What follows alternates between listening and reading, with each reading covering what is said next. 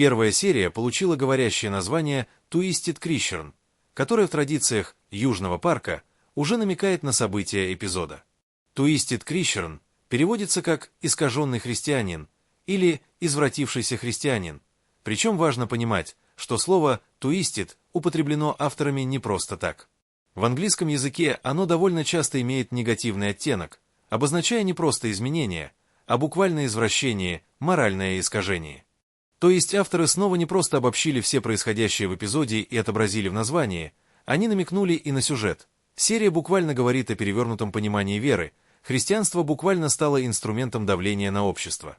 Как говорилось ранее, несмотря на старт нового сезона, авторы продолжают уже начатые истории. В этот раз ключевыми персонажами стали беременный Сатана и Трамп, желающие избавиться от ребенка Антихриста, и Иисус, возмущенный взглядами общественности на христианство и способами пропаганды веры, а также ученики школы Южного парка, преимущественно Картман, которые буквально помешались на культе 6-7. Отсылки сезона 6-7. Очередной мем без смысла. Если в 2000-х и в 00 годах мемы были актуальны годами, в наше время тренды и шутки заменяют друг друга чуть ли не каждую неделю. И такой поток очень сильно сказывается на их качестве. Что уж говорить, итальянский Бринро чего стоит. 6-7. Это явная сатира на бессмысленность современных мемов в сети. Подросткам сейчас буквально приходится адаптироваться под реалии, где информация сменяется с бешеной скоростью, из-за чего мемы становятся все глупее, буквально нет времени искать в них смысл. В серии это хорошо показано. Под шутку 6-7 подходит буквально все, начиная от цифр на часах, заканчивая случайным упоминанием 6-7 в контексте чего-либо. Питер Тиль как охотник на Антихриста. Для фанатов мультсериала из России такой человек, как Питер Пиль, вероятнее всего, неизвестен.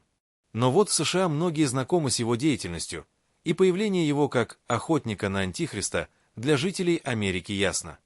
Все дело в том, что Питер Тиль – реальный миллиардер и техноконсерватор, который часто упоминается в контексте конспирологии, цифрового контроля и политических манипуляций. Его появление в серии как охотника на Антихриста, который изучает мемы школьников через камеры и базы данных, абсурдное преувеличение. Авторы высмеивают желание политиков и известных лиц искать проблему там, где ее нет, излишне драматизируя. Тиль буквально раздувает из мухи слона, считая, что детский глупый мем – проявление Антихриста. Рвота Картмана. Картман в этой серии выступает шкалой абсурдности происходящего. Чем сильнее политики и люди вокруг раздувают проблему из ничего, тем сильнее его рвет в буквальном значении этого слова.